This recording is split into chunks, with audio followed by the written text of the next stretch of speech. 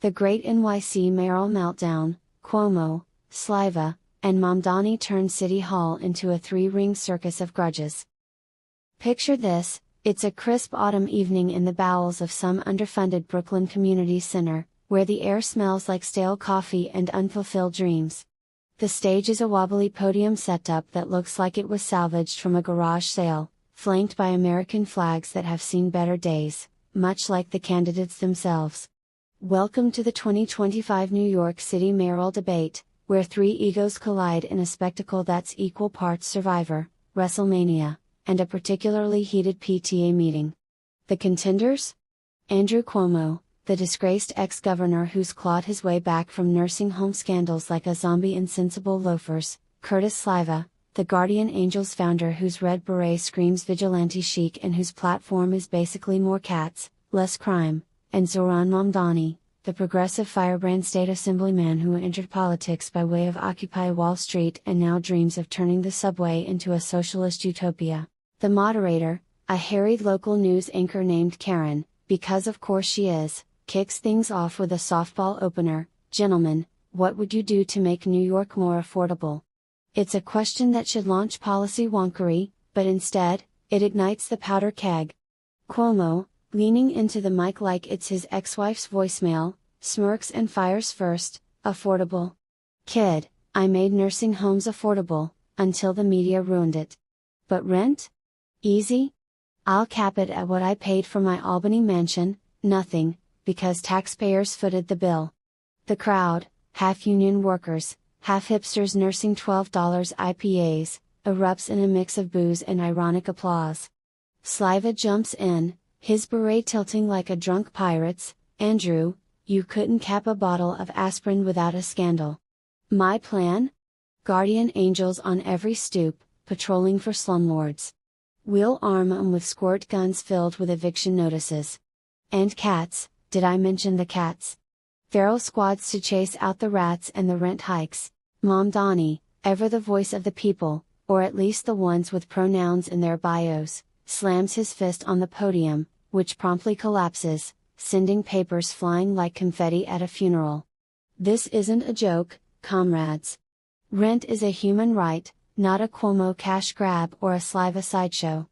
We'll seize the empty luxury towers, the ones built on your backs, and turn them into co-ops where bodega owners get penthouses. No more billionaires hoarding Fifth Avenue like it's their personal panic room. The audience cheers wildly, until Cuomo counters with his signature dead-eyed stare: seize? That's code for tax the hell out of everyone who isn't me. I seized power once, look where it got me. Ask Chris Cuomo, he's still mad. But oh, it doesn't stop at rent. The debate moderators, sensing ratings gold, pivot to the elephant in the room, Donald Trump. Because in New York politics, nothing unites or divides like invoking the orange overlord. Sliva, Trump's unofficial hype man from the 2020 campaign trail, puffs up like a peacock in a windstorm. Trump? The man's a genius. He turned the White House into the art of the deal, renovations edition. I'd make him honorary mayor, he'd fix the subways by tweeting at them. Fake delays. Boom, on time.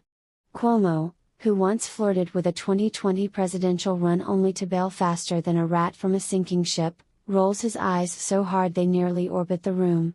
Curtis, Trump's your messiah? He endorsed you once, then ghosted you like a bad Tinder date. Me? I beat him in 16, barely. But if he wants payback, tell him to fund my comeback tour. I'll call it Cuomo 3.0, bug-free edition. Mamdani, seizing the moment to drop the mic, figuratively, since the sound system fritzes mid-sentence, thunders: Trump? He's the symptom of your capitalist fever dream. Sliva worships him like a cult leader. Cuomo enabled him by cozying up to the donors. My New York? No billionaires, no borders on the ballot, just universal rent control and a Trump Tower turned into a people's library. Borrow a book, not a billion. The crowd loses it. Sliva accuses Mamdani of being a socialist squirrel. Don't ask. Cuomo mutters something about Amish paradise that no one quite catches, and suddenly, the Israel question drops like a live grenade. It starts innocently enough: how would you handle foreign policy in the Big Apple? But devolves into a geopolitical cage match. Mamdani, drawing from his roots and his DSA playbook, calls for divestment from apartheid enablers and boycotts on falafel trucks that don't toe the line. Sliva, ever the hawk in a beret, barks back, boycott. That's weakness. My angels would guard the synagogues and the shawarma spots. Trump's got the right idea: build a wall around Brooklyn if we have to. Cuomo, playing the elder statesman, or at least the guy who's been cancelled the most, sighs dramatically: Israel?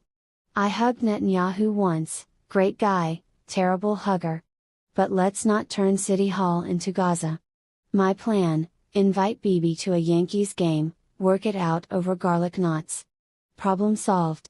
By the time the closing statements roll around, the stage is a war zone of crumpled notes, spilled water, and one rogue beret that's mysteriously ended up on the moderator's head. Cuomo vows competence with a side of charm, wink implied. Sliva promises street smarts and stray cats for all. Mamdani rallies for a city rebuilt from the bottom up, not the penthouse down. The audience files out dazed, debating whether they witnessed democracy in action or just the prelude to a lawsuit. In the end, this debate isn't about policy, it's New York distilled, ambition clashing with outrage, history haunting the present, and everyone yelling over each other like cabbies in rush hour. Will Cuomo's Teflon hold? Can Sliva's beret save the city? Or will Mamdani's revolution finally evict the old guard? Tune in next week, when they brawl over bagels.